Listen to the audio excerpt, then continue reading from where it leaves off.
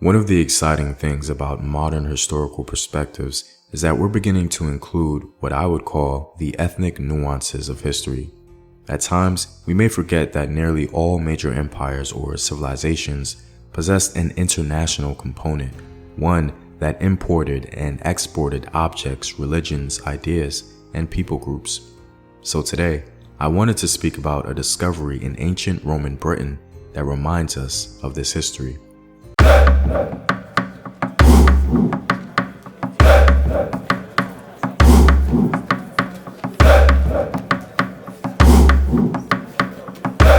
What up, African world? It's Home Team here, and welcome back to another video of African history, culture, and worldview. By supporting this channel on Patreon, you're helping in the creation of these videos and contributing to this content. On Patreon, you can find more in-depth courses on African history. Also, your support helps the channel grow, improving production quality and future animated projects. The link to Patreon is in the description box below. To begin, the purpose of this video is to highlight the discovery and speak about what the scholars have to say about it. We'll also briefly discuss the controversy. Most scholars seem to agree on the phenotypical affinities of the discovery in question and what it may infer about its origin, and thus, this video will be grounded in the majority consensus, so please keep that in mind. In August 1901, a discovery was made near Sycamore Terrace north of the River Ouse and southwest of the Legionary Fortress, which is identified as Roman York. The discovery was a stone coffin that contained the skeletal remains of a woman believed to be from the second half of the 4th century. The remains of the Roman York woman was in a good state of preservation, and she was adorned with numerous luxurious items. The items included jet and ivory bracelets, earrings, pendants, and beads. They also discovered a blue glass jug which likely contained items she owned. The most popular object found on the lady was a rectangular openwork mount of bone with an inscription that read, "Hail Sister, may you live in God." Interestingly enough, from the evidence in her coffin, some scholars suggest that she may have been a Christian.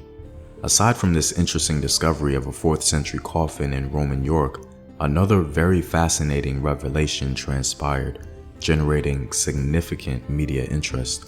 An analysis discovered that the Roman York woman, also known as the Ivory Bangle Lady, possessed some African ancestry.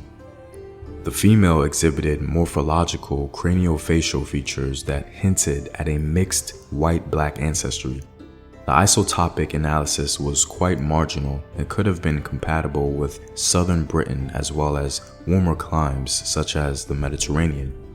The integrated analysis of isotopic, craniometric, and archaeological evidence combined to make a compelling case that high-status females as well as slaves traveled across the empire and highlighted the multicultural character of cities such as York. As mentioned previously, most great empires and civilizations of the past did possess an international or multicultural element. Ancient Rome no doubt exemplified this multi-ethnic quality. The woman found in the coffin in particular was indicative of the diverse cosmopolitan nature of the Romans, a variegated demographic which was highly mobile, extensively traveled, and multinational. Ancient Rome during the 4th century extended all the way into North Africa. The activities of conquest and commerce involved extensive voluntary and involuntary movement of people across the empire. Roman York in particular contained the wives and families of military personnel, some of whom stayed in the region, contributing to the diversity. This may be why we see numerous individuals of North African ancestry in 4th century Roman Britain, as the Roman York woman was not the only proclaimed mixed-race individual discovered. Another study by Red Fern examined the craniometrics of individuals from Southwark, Roman London, again in conjunction with isotopic evidence to investigate ancestry. 4 of the 22 individuals analyzed in this study appeared to be of African ancestry. This was supported by isotopic evidence, which suggested a childhood spent in a warmer climate than Roman Britain. So at the very least, it would seem as though there existed a small number of individuals or community who hailed from a more southern region. perhaps North Africa. Keep in mind that the presence of these individuals of African heritage was well before the Moorish invasion of southern Europe. Many modern scholars shy away from racial classifications and simply highlight that the ivory bangle lady had affinities with North African phenotypes. When impressed to give more insight or detail, they temporarily suspend their reservations and allow modern social racial categories to flourish. Titles or categories such as black and white. As it relates to the ivory bangle lady, one scholar rests on the following. The remains of the ivory bangle lady were analyzed using standard methods for the assessment of ancestry in forensic anthropology.